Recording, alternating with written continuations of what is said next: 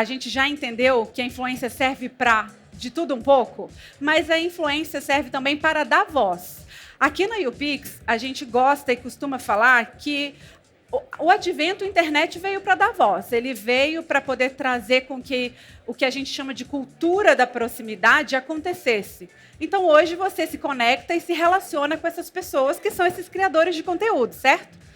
Só que esses criadores de conteúdo, eles têm uma responsabilidade muito grande na mão deles. São outras pessoas que estão assistindo, não é mesmo? E por que não falar sobre determinados assuntos? Por que não falar sobre política? Por que não falar com a minha comunidade sobre legislação? Por que não falar com a minha comunidade sobre guerra?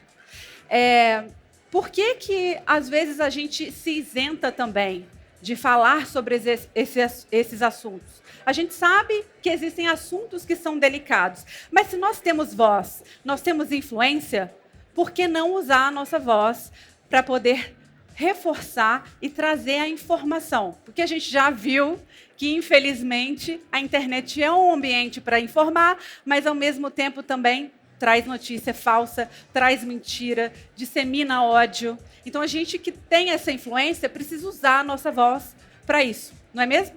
Bom, e agora eu queria chamar aqui para o nosso painel Influência em Tempos de Guerra. A gente vai discutir um pouquinho melhor sobre isso, por que usar a nossa voz, como usar a nossa voz na internet, trazendo essas pautas tão importantes. Eu vou chamar aqui, para mediar esse papo, a Bielo Pereira, que é a apresentadora, e eu vou ter que tietar ela um pouco, porque eu sou muito fã dessa mulher. Boa tarde, lindeza! Fique à vontade, sente-se aqui. E para compor o nosso painel, eu gostaria de chamar a Marian Chami, influenciadora e criadora de conteúdo, e também o Breno Altman, jornalista. Venha cá, prazer. Fique à vontade. Boa tarde. Tudo bem? Fique à vontade. Deixo vocês em boas mãos. Obrigada, Imagina. muito obrigada. Muito boa tarde, o Pix. Pode responder, gente. Boa tarde. Isso aí, galera. Que é isso? Bom, gente, a gente, como foi bem dito agora, a gente sabe que a guerra, né, ela acaba acontecendo aqui nas narrativas. E eu queria, antes de tudo, que a Marian se apresentasse, falasse um pouquinho mais sobre o seu trabalho, e depois o Breno. Oi, gente, boa tarde, tudo bom?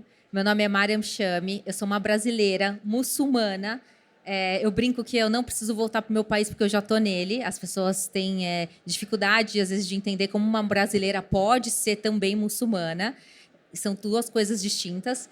Eu sou mãe, nutricionista de formação, criadora de conteúdo, esposa, filha, irmã. E eu uso as minhas redes sociais para quebrar os preconceitos que as pessoas têm acerca da minha cultura e da minha religião também, de uma forma bem leve, e você aprende sem você perceber. Nada de forma impositiva, mas sim só para você quebrar os preconceitos que você tem acerca, porque as pessoas têm muitos preconceitos acerca dos muçulmanos, principalmente da mulher muçulmana. Obrigada. E você, Breno? Bom, meu nome é Breno Altman, eu sou jornalista há muito mais tempo do que a maioria de vocês tem de idade, há mais de 40 anos. Sou fundador e diretor do site e do canal Opera Mundi, que é um site, um canal que se dedica especialmente à política externa brasileira e à situação internacional. Eu sou de origem judaica e tenho tido um empenho especial nos últimos 2 anos em cobrir o genocídio palestino, em cobrir o que está acontecendo na faixa de Gaza.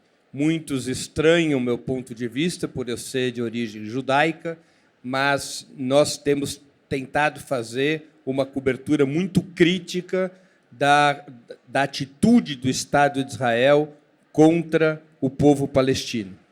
E essa é a minha trajetória. Sou uma coisa quase dinossáurica, um jornalista. Obrigada. Eu queria começar com a Marian, falando, você é muçulmana e acaba, às vezes, recebendo muito hate ou até mesmo muitas cobranças para falar sobre guerra, sendo que o seu conteúdo não é sobre isso. Como que você lida com esse tipo de atravessamento nos seus conteúdos? Então, desde sempre, né, as pessoas associam muçulmanos a qualquer tipo de terrorismo. Só que por falta de conhecimento. Então, desde que eu entrei para a internet, eu quis dissociar isso, afastar essas duas coisas, porque elas não têm nada a ver. Pelo contrário, só se a gente for pegar a palavra da nossa o nome da nossa religião, que significa Islam, deriva da palavra salam, que significa paz. Então, totalmente contrário do que as pessoas pensam. Então, desde o início, eu quis trazer um conteúdo que mostrasse o que é a religião, como que a gente vive, as curiosidades que as pessoas têm a respeito. Mas, óbvio, que, em contrapartida, em momentos, não tem como você não falar sobre esses assuntos, né? Toda pessoa que é árabe ou é descendente de árabe, meu pai é libanês, tem algum parente ou alguém que já passou por algum caso de guerra, já esteve na guerra. Meu pai já esteve, a minha sogra já esteve na Palestina, minha sogra é palestina. Então, a gente sabe muita coisa que acontece, então não tem como não abordar, até porque são assuntos quando se trata de humanidade, né? A gente está tratando sobre seres humanos. Só que o meu conteúdo principal não é isso. Eu tento trazer o que a religião pensa, o que a religião fala sobre isso, o que a religião, como que as mulheres muçulmanas, como que elas vivem, e quebrar o que as pessoas pensam. Por que ela usa lenço? É uma opressão? Elas são oprimidas? Elas não podem dirigir? Será que isso é verdade mesmo? Então, meu conteúdo é voltado para isso e trazer também informação sobre a cultura. Certo. E pegando até esse gancho da informação, eu queria saber do Breno se você acha que quando a gente tem grandes grupos de pessoas que fazem hate, se isso afeta também a entrega da informação verdadeira, da informação genuína, porque fica ali aquele diz que me disse, todo mundo fazendo um coro muito grande em cima daquele hate, e se isso afeta, mesmo na política, se essas disputas dissonantes políticas acabam ficando num espaço nebuloso na frente de quem está consumindo os conteúdos por conta dos hates. Olha, há um ditado muito antigo que diz que a primeira vítima em toda guerra é a verdade. A guerra é um episódio, um fenômeno, um tipo de acontecimento no qual são tão profundos os interesses envolvidos, é tão dramático o cenário, que a tendência é que os lados dessa guerra distorçam a verdade, buscam fazer da informação uma arma de propaganda. E é evidente que isso é um ambiente muito propício aos haters. Esse é um ambiente muito propício à substituição da informação pela propaganda, da análise pelo ódio. E o papel dos jornalistas, na minha opinião, é exatamente repor a verdade, fazer com que as pessoas conheçam o que está acontecendo no campo de batalha, conheçam as tragédias do campo de batalha. O papel dos jornalistas é furar a bolha do ódio, é fazer com que as pessoas que não estão diretamente envolvidas no conflito conheçam o que está se passando no campo de batalha, especialmente quando nós estamos, e esse é o caso, numa situação assimétrica, numa guerra assimétrica. No caso específico do que ocorre hoje na Palestina, nós temos, de um lado, um Estado poderoso, muito bem armado, com muitas conexões nos meios de comunicação, com muito apoio de grandes meios de comunicação e, portanto, uma capacidade de divulgar sua informação como se fosse verdadeira muito maior que a do povo palestino. Portanto, o papel de repor a verdade hoje é, entre outras missões, permitir que o povo palestino tenha o direito de expor sua verdade sobre o que acontece na faixa de Gaza. Essa é a opinião que eu tenho dessa situação, Bielo. E você, além de jornalista, além dos jornalistas em geral, os criadores de conteúdo, como que você acha que a gente pode expor e falar sobre fatos, uma vez que hoje as fake news, elas acabam, assim mesmo como você colocou, se rastilhando com muito mais facilidade, mas o que a gente pode fazer de diferente para tentar minimamente que cada uma das nossas bases tenham acesso à informação que é real e que é verdadeira? Olha, tem uma característica muito peculiar do que está acontecendo na faixa de Gaza. É a primeira guerra na qual os criadores de conteúdo venceram os grandes meios de comunicação. Se dependesse dos grandes meios de comunicação, nós hoje não teríamos as informações que temos sobre o genocídio palestino. Nós temos as informações que temos porque dezenas, centenas de criadores de conteúdo dentro da faixa de Gaza foram capazes de gerar vídeos, foram capazes de gerar depoimentos e foram capazes de transmitir esses vídeos e depoimentos para o mundo através das redes sociais. Os grandes meios de comunicação, eles não foram capazes de controlar, dessa vez, a narrativa do que acontecia na faixa de Gaza. Se nós quisermos um case no ano de 2024, e no biênio 2024-2025, um case de criadores de conteúdo, são os criadores de conteúdo da faixa de Gaza. Os vídeos são emocionantes, os vídeos são muito verdadeiros, eles trazem para as pessoas aquilo que os grandes meios de comunicação gostariam de esconder, que é o sofrimento das famílias, o sofrimento das mulheres, o sofrimento das crianças, o que é uma guerra assimétrica, o que é um genocídio. Nenhum de nós, nem na minha geração, nem na geração de vocês, acompanhou um genocídio 24 horas por dia. Isso não faz parte da nossa vivência. Essa é uma vivência dos nossos avós, e mesmo assim não era sabido o que estava acontecendo na Segunda Guerra Mundial. Só se soube depois que terminou a guerra. Só se soube depois que as investigações sobre os crimes nazistas vieram a público. É a primeira vez que nós somos testemunhas de um genocídio online. Não é? E eu acredito que todos os criadores de conteúdo, e não apenas aqueles que estão na faixa de Gaza, deveriam, com base no material produzido em Gaza, com base nas informações que hoje circulam, produzir também seus próprios conteúdos, porque, eu repito, o que está acontecendo na faixa de Gaza, o genocídio palestino, é a grande régua moral dos nossos tempos. É o grande dilema moral dos nossos tempos. E isso deve mobilizar todos os criadores de conteúdo, na minha opinião. Certo. Porque ele falou uma coisa muito importante, porque antigamente qualquer coisa que acontecia acerca das guerras ou muçulmanos, alguma coisa assim, a gente não tinha o que falar, a gente não tinha como se defender. Toda a mídia falava contra os muçulmanos são isso, os muçulmanos, e a gente não tinha o que falar. Como a gente ia explicar que não era a gente, a nossa religião não é assim? Hoje em dia, a gente tem voz, a gente consegue rebater, a gente tenta ao máximo rebater tudo isso e mostrar o nosso lado.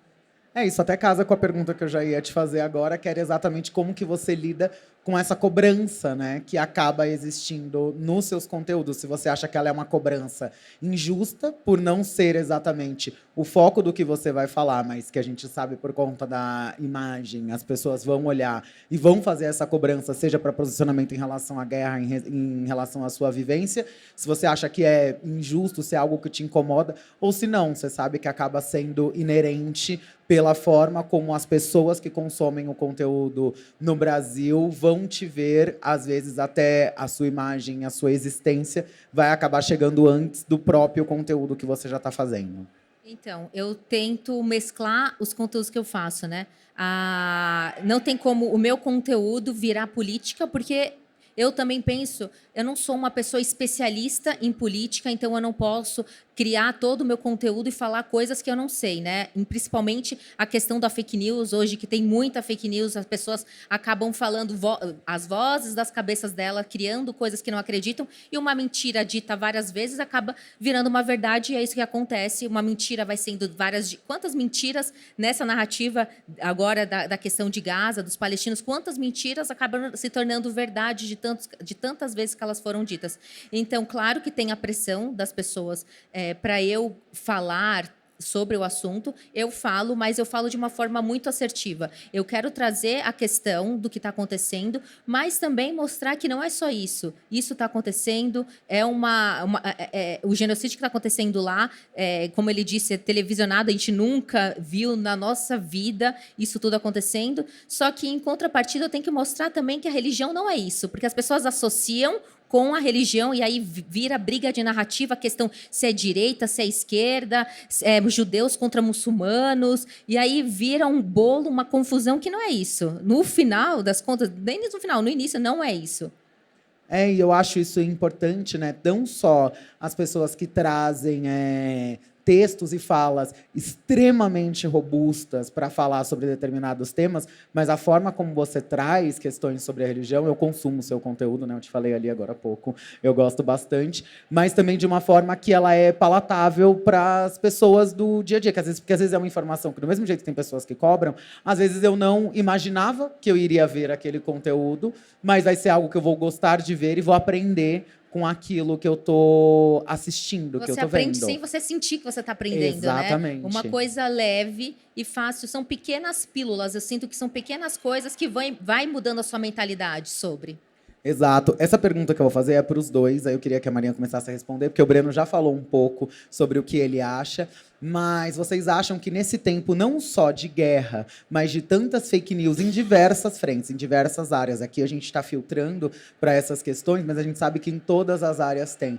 Vocês acham... E a gente também, hoje em dia, também tem muitos influenciadores, pessoas que estão na internet, que dão opinião por dar opinião. Porque cada vez mais esse tipo de conteúdo de você falar, eu acho isso, eu acho aquilo, como se você realmente entendesse de algo, e às vezes você produz uma fake news sem nem saber, porque você só está dando uma opinião sobre algo. Vocês acham que todas as pessoas precisam sempre dar a opinião sobre os assuntos que são cobradas quando estão nas redes o tempo todo, ou não? Elas podem, sim, escolher as suas linhas e falar sobre isso eu vou falar, e sobre isso eu não vou falar. Eu acho que, de tanto que as pessoas pressionam as pessoas para falarem, os influenciadores eles acabam falando por falar, e aí, a partir de falar por falar, você acaba falando coisas erradas, você acaba incitando, às vezes, o ódio. Por exemplo, você está na pressão para falar uma coisa e você acaba incitando o ódio a algo que você não precisava. Às vezes, involuntariamente, de tanto que você está numa pressão dentro de uma sociedade que te fala para falar sobre isso, às vezes você nem acredita, mas você faz porque dizem que você tem que fazer. Então, eu acho que tem que ter muito cuidado com o que você vai falar, tem que ser muito pensado, tem que ser estudado, a gente não fala por falar, a gente tem que ter responsabilidade, os influenciadores. E quando a gente cria um conteúdo e coloca na internet, a gente não tem noção para onde esse conteúdo está indo, e quem vai assistir, e o que isso vai afetar no que a pessoa que está assistindo, e também como que a pessoa vai entender o que você falou. Porque tem muito isso de falta de interpretação de texto, né? E de vídeo. Às vezes o vídeo é tão óbvio e tão fácil de entendimento. Esses dias eu fiz um vídeo tão fácil de entendimento que eu falei assim, mas como assim que as pessoas estão questionando uma coisa que está falada no vídeo? Então, se coisas óbvias acontecem isso, imagina assuntos mais densos. Então, eu acho que você tem que falar quando você está pronta para falar. E porque falar é uma responsabilidade muito grande. E você, Breno? Não, eu concordo inteiramente. Ou seja, a grande revolução da internet foi permitir que cada um de nós que possui perfis nas redes sociais nos tornemos um meio de comunicação. Cada um de vocês aqui é um meio de comunicação. E a informação é uma matéria-prima sagrada. Para que nós possamos divulgar uma informação, nós temos que preparar aquela informação, nós temos que estudar aquela informação.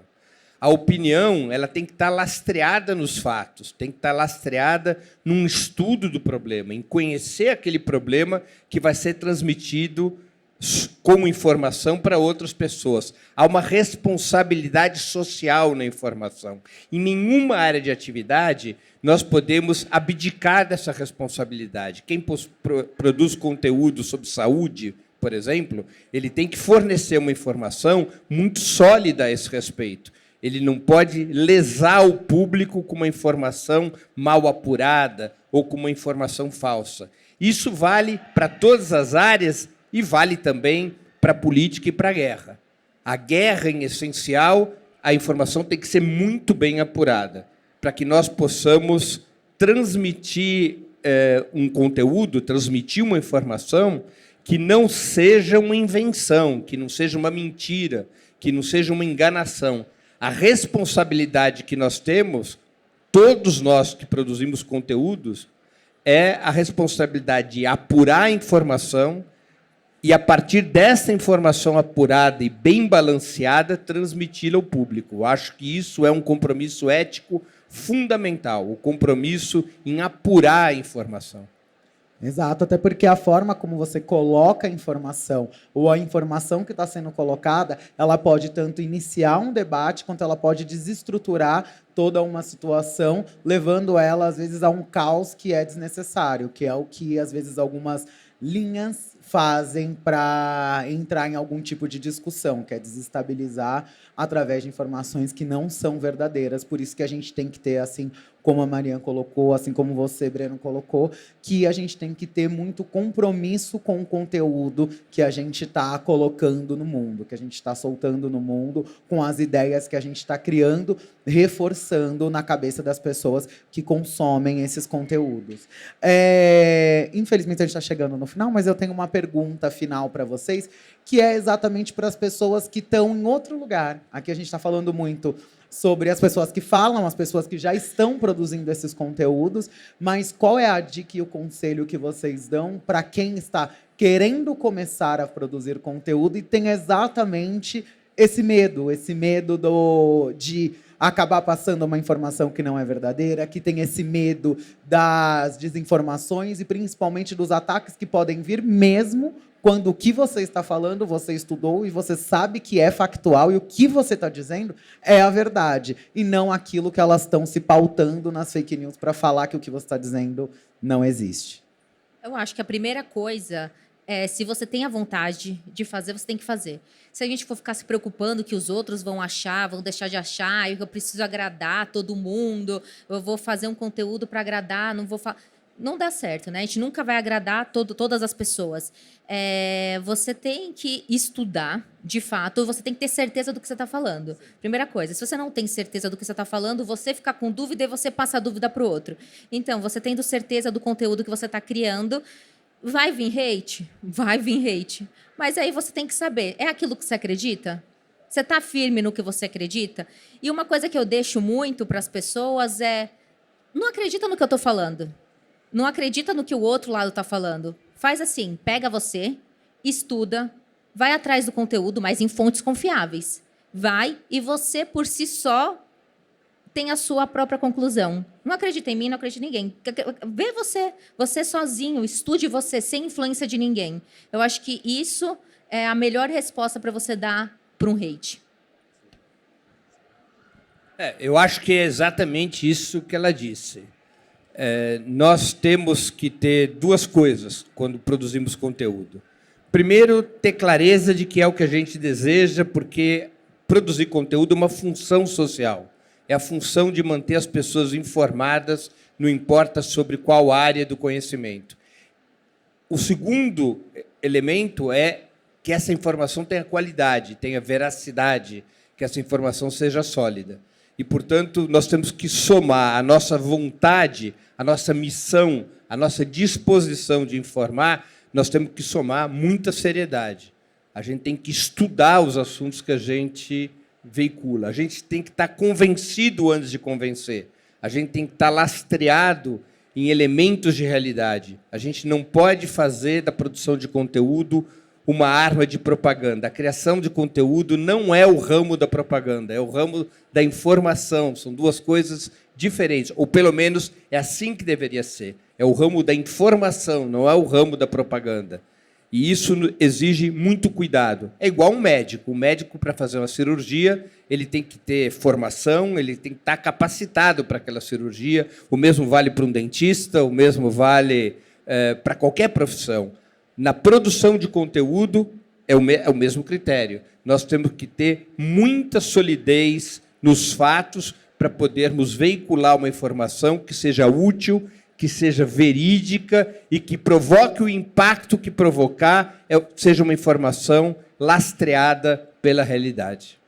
Nossa, muito obrigada. Eu acho que uma conclusão muito clara que fica aqui dessa mesa hoje, falando sobre essa guerra digital de narrativas, é que é uma responsabilidade não só do criador de conteúdo, do jornalista que está do outro lado, produzindo qualquer conteúdo que seja, que se estude, mas também é uma responsabilidade muito grande, porque em algum momento você vai ser a pessoa que está consumindo um conteúdo, entender minimamente sobre aquilo que você quer conhecer mais e entender o que é e aonde é uma fonte que ela é confiável sobre aquele assunto ou não. Eu acho que também, na maioria das vezes, a depender do assunto que você vai procurar, você ter apenas uma única fonte de conhecimento já pode ser algo que coloque em dúvida aquilo que, muito provavelmente, se você quer saber, você vai passar para frente. Então, acho que a gente tem que se letrar, não só para produzir esses conteúdos, mas algo que a gente também tem que pensar em como a gente se letra para começar a consumir conteúdo da maneira mais correta possível